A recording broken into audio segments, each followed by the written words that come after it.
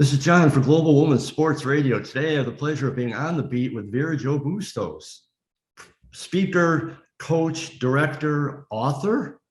Yes, sir. You need to add a few more things onto your plate. You're not quite busy enough. I know. I'm just lacking, aren't I? You are. You're making the rest of us look bad. How are you doing today? I'm great. How are you, John? I'm doing good, except it's drizzly out here and I'm waiting for sun, but better days are ahead. So Right. I'm going to kind of go in reverse. I'd like to start off by talking about your book, because when you're talking about your book, you'll probably answer some of my other questions that I have. So if you could tell us a little bit about A Mindful Journey. Sure. Well, A Mindful Journey started out as a blog while I was playing professional basketball over in Thessaloniki, Greece. And after reflection on that blog, I just wanted to have something for myself to look back on and remember this amazing experience.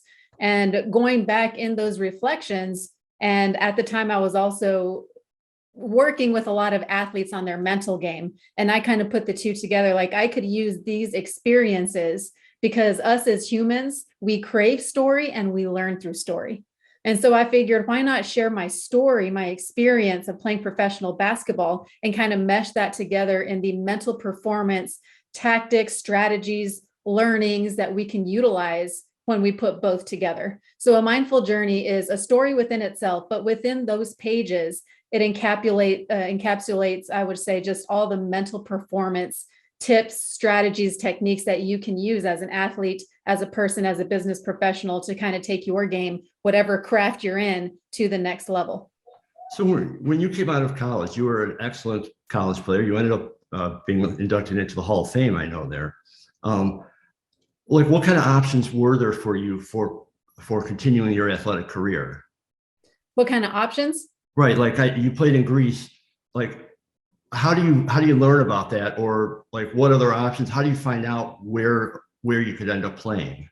Well, I'm not too sure if you know much about the women's game, but majority, I would say it's kind of changing now. But even 10 years ago, or geez, am I aging myself? How long it's been since I graduated college? But back then, most women only really got opportunities overseas. Even in the WNBA 8 years ago, you didn't have these contracts that they're getting now. And so it was very common if you wanted to take your career to the next level, if you wanted to pursue a professional career, you have to find that in Europe. And so knowing that, I found an agent to represent me and find me a team over in Europe. And how scary of an experience was that, going, playing in the United States and then going there to, I assume you hadn't been in Greece before? I had never been to Greece. No. Okay. So how scary of an experience was that to go over? Not only it's totally different than just going there for a vacation. You went there, literally to live and play for a while. Right. And, it was kind of funny. I used to joke around with my parents. I don't know if you've ever seen the Greek language. I can read it now, but back when I first got there, to me, it just kind of looked like symbols. And I used to joke with my parents, like, this looks like alien writing. These aren't letters. These are symbols. I mean, what does a triangle even mean in this alphabet? And, going and arriving in Greece and seeing all these billboards and all these signs with these hieroglyphics, if you will, or these symbols. And I'm just thinking to myself, like, oh my goodness, what did I get myself into? And upon going into my first practice, and, and I say this very often, that a lot of people did speak English, but the only time they would speak English if they were speaking to me directly. And so when I'm in practice, or when I'm on the bus, or when I'm on the dinner table, whatever, the only conversation I can hear around me is specifically in Greek. And so in my very first practice, I hear all of these conversations going on, and I don't know, are they talking about me? What are they talking about? And so that just was a very uncomfortable feeling, not knowing what everybody was talking about around you. So then, did you study the Greek language to learn it all? Did you have helpers out there, aiding you in the process? I did. So I took it upon myself to learn the language as best I could. Just from a basketball perspective, that's where it first started out, right? Everybody who knows the game of basketball knows that communication is a huge factor. And so as a player, I had to learn their lingo, essentially, not just the Greek language, but their actual lingo on what does it mean when somebody says that I have ball? What does it mean if somebody says go left, go right? I had to learn all of this in Greek. And from there, I figured, well, might as well just try to learn the language a little bit more. And myself as a person, I just like to have small talk conversations with somebody. And I wanted to learn how to do that in Greek. And so I learned a little bit of the language. Actually, I've forgotten most of it. If you're not surrounded by it every day, you kind of lose a lot. But I did learn a little bit while I was out there. No, I know a little bit about the Greek league because my longtime friend, I'm certainly a lot older than you. He's like 55 now. He was actually a really good college player here, and then he went to Greece and played for a little bit there. So he's told me some of the same story, and he's actually Greek, and he speaks Okay. a little bit of language. So I know some of the the transitions that you were discussing there. How long did you play in Greece? I just played for one season. And so it was one of those that I had just an amazing experience. And you could read about all those experiences in the book, obviously. But I got very, very close with, he was my coach at the time and his fiance, they're now married. But I got very, very close to them. And they essentially, for all intents and purposes, adopted me as their child. And at the time, I was 22 years old. And a lot of people over there just couldn't fathom how somebody at that age would want to go to a different country to play a sport. And, even some of my teammates didn't quite comprehend, like, why would you want to come over here to play? Because to them, it's just home. Like, why would you want to come here? And it was just an amazing experience getting to know a Greek family personally. And I actually went back and I was the maid of honor in their wedding. I've been back to Greece 3 times since. I've taken 2 of my sisters with me to experience that Greek culture. And it's just an amazing thing to experience the culture as a Greek yourself. Wow. Well, so I completely off topic, but at the wedding, did you do that Greek dance at the beginning? I had to have a crash lesson in that the night of the wedding. So, and I have to tell you, my feet were killing me with my heels. yeah, right. I mean, I had flat, regular man shoe, flat shoes on, so it was less pain for me at least. So when you started writing the book, then I know it was a 5-year process for you. What led you to actually write the book? Like, it's one thing to have a blog, but then, to actually put it into book form. What led you to that? Right. Well, it was just one of those things where I wanted to go back on my experiences and just kind of remember the amazing experience I had. And so actually I was just cleaning up my blog and I just thought to myself, well, I'm just going to publish a couple of copies, like 5 copies, one for myself, my parents, my grandparents, my sisters, like those people who love me unconditionally and would want to read it even if it's terrible. Okay. And so actually I asked for the help of my former AP English teacher in high school, who is now like a 15-time published author. She's just doing amazing things.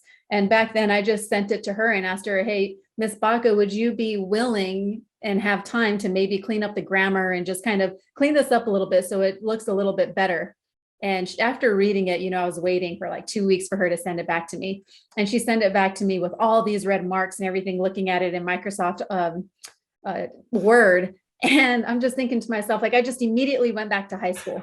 Oh my God, I didn't know that I could have that many mistakes on a paper. But then going back, it took me back to high school, essentially, right?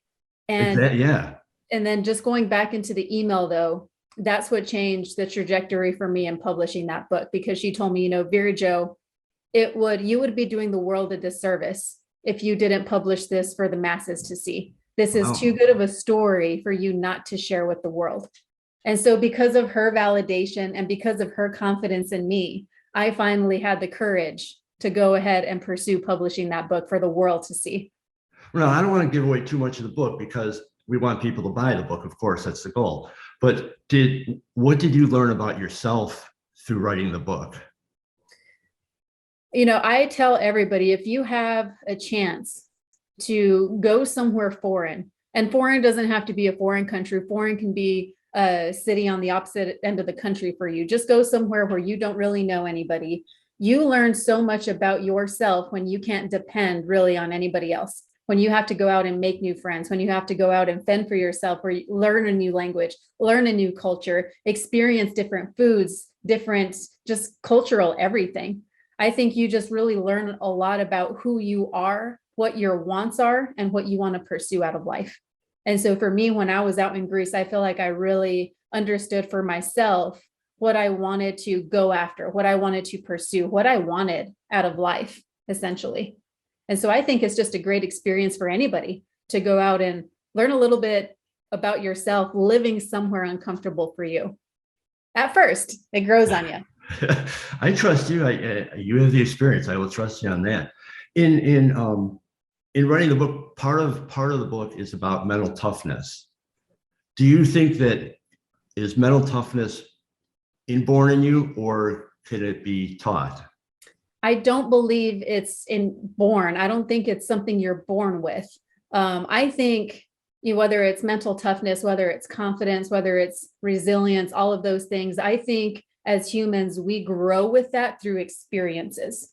In the same way as a basketball player, right? I get better at shooting layups by shooting more layups. I get better with my mental toughness by putting myself through situations to actually grow and use that mental toughness. The same thing for adversity, the same thing for confidence. And so I don't believe that mental toughness is this mythical quality that only a few possess. Just like physical skills, the way we think is just a habit. And that habit can be fine-tuned over time by just utilizing certain strategies, I would say. So when someone says like, oh, I just can't get up early in the morning, you've got that discipline. That discipline can be taught or realized through multiple practicing. Well, and to that, I would say can't or won't, because there's a big difference between that. So when somebody tells me they can't do something, that's the first question I ask them: can't or won't. There's a big difference. I like that. I like that because, excuse me, I run a lot. I'm not a marathon runner. I always say I'm not a marathon runner. I run marathons because I'm not an athlete. I'm a horrible athlete. But the only thing that gets me through the marathons, I think a marathon is like, for me at least, it's about 90% mental toughness. As I'm running through it, I want to quit every mile. I want to quit every step. But it's all, so then I have people going, well, you can do that. You've got the mindset. And I keep saying, well, you've got the mindset too. You're just not using it. But I like that can't or won't. I'm going to start using that now. So you're already teaching me. See, it's just a short thing. Now you're doing motivational speaking as well. How is that how does that compare to being on a basketball court? On a basketball court, you've got fans cheering for you. As a motivational speaker, you still have the attention of the crowd. How does that compare for you? I feel like I kind of naturally went into motivational and inspirational speaking because for me, the preparation leading up for that is almost the same as preparing your skills as a basketball player, as an athlete, whatever sport you want to call it. There's a certain preparation that comes before that. And then leading up to it, almost like that game time adrenaline, it's that same concept. And I can't get that adrenaline doing anything else. Playing weekend basketball doesn't do it for me. And so just feeling that adrenaline rush and knowing that I have the confidence in myself because of the preparation that I put into that beforehand, that's just something. And I think any competitor, any former athlete can attest to that. That's just something you crave. And for me, that's kind of where I get my rush, is in the preparation and waiting to be introduced on stage to go then and speak to 500, 1,000, 2,000 people in the audience. And how was it? What was your reaction? What were your feelings or emotions when you were inducted into your College Hall of Fame? That's a great question. I don't know if I could even put that into words. It was, just not even an individual honor, but it was more so a team honor for me, because I know, and anybody in team sports would probably say the same thing. The only reason that I was able to get into that level or that Hall of Fame, I would say, is because of what my teammates helped me achieve, what they helped me accomplish. There would have been no individual accolades going back to my college career, even into the All-American Hall of Fame, without my teammates. I didn't pass myself the ball. I never set a screen for myself, all of those things. And so for me, I think it was very humbling for myself and my teammates to know that I got there because of them.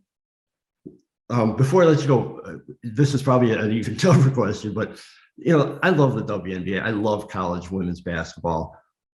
It seems so vastly under publicized, undercovered by sports media. What do you think are like a couple of things that should be done to get more exposure, to get more coverage? If I were a marketing pro, I could probably have the answers for you there. I don't know anything about marketing, but for me and myself, I know with all of the clients that I work with Mentality Solutions and the mental game, any basketball player who I'm working with, whether it's a male or a female, I'm constantly using the women's game. And because a lot of, especially even on the guy side, and guys, I think they're starting to watch more women's basketball because they are so much more fundamental. The foundations they have and the fundamentals they have far exceed the men's game, in my opinion. And so some of the athletes that I work with on the boys side, when they're middle school or high school athletes and they're not playing above the rim, right? They're not LeBron James. They're not those guys that are dunking. And I say, if you can't dunk, if you can't play, you're not playing like these guys above the rim. Why don't you watch the women's game? Watch their footwork, watch how they get positioning, watch how they get open. You would be far more better watching them and what they do because they're a little bit more of what your abilities are right now. Once you start playing above the rim, then I would say go ahead and watch LeBron and all these other guys. But for now, I think you can learn a lot more on the women's game. And you would be amazed how much my clients just absolutely love. Everybody has a favorite athlete, whether it's in the WNBA or the college game. And it's so fun to watch. Once they actually watch and give the WNBA and the women's game in college a chance, you would be amazed at how much that fan base has grown. I'll tell you, I fell back in love with basketball. I covered the DePaul Blue Demons, and over the last several years, and just sitting there watching, as you said, it's like pure basketball. I absolutely love it. Before I let you go, though, I had in my notes and I skipped right over it. Tell me a little bit about your company. Mentality Solutions? Yes. Sure. Yeah. So I started that back in 2019, and it's specifically for athletes, coaches, and teams and taking their mental game to the next level.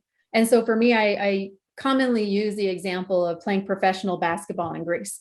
I was never the strongest. I was never the tallest, the quickest, none of that. And if you were to see me in person today, granted, I'm 20 pounds lighter than when I played out there, but you would see that there's nothing physically special about me. I'm not lightning quick. I don't have any of those physical attributes that would make you say, yep, she's a professional athlete.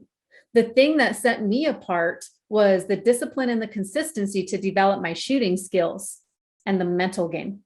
And so what I say is, if I can do it, anybody can do it, but you have to be willing to put in the work. And that's why I established Mentality Solutions, because that was the training I needed when I was a middle school, high school, college athlete. And I didn't have that.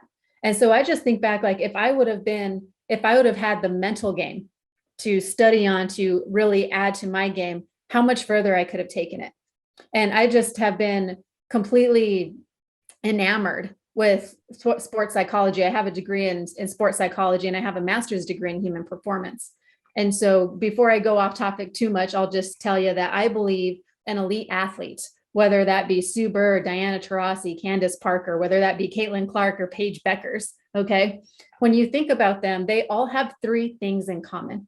And the first two, I would say, is a foundation that you have to set for yourself. And that first gear is your strength and conditioning, right? Caitlin Clark is an amazing shooter, but if she wasn't in shape, she couldn't get those shots off in the fourth quarter. So that's the first gear that you have to cover as an athlete. The second gear is actually your physical skill, right? In basketball, you have to be able to pass, shoot, rebound, all those kinds of things. You got to dribble, be able to handle the rock.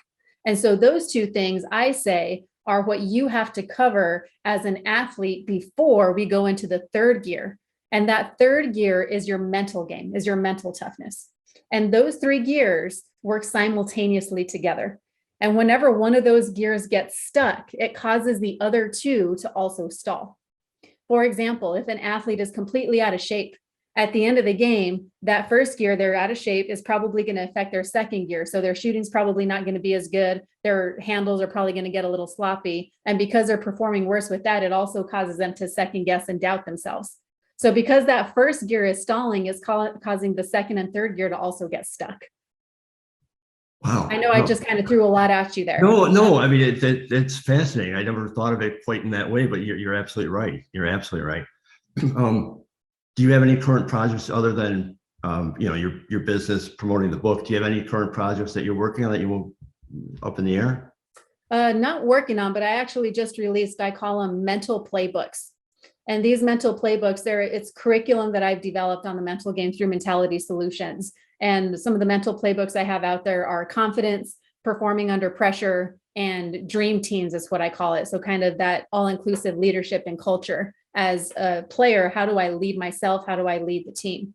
And through those mental playbooks and the curriculum that I've established, just kind of teaching those athletes, teaching those coaches, teaching those teams how they can grow with the mental game, with that third gear. And so that's the one that I would say that I've been spending a lot of time on with athletes signing up for it. There's a waiting list. I don't have enough time to work with all of these athletes. So I have a waiting list for that, for teams, coaches, and athletes.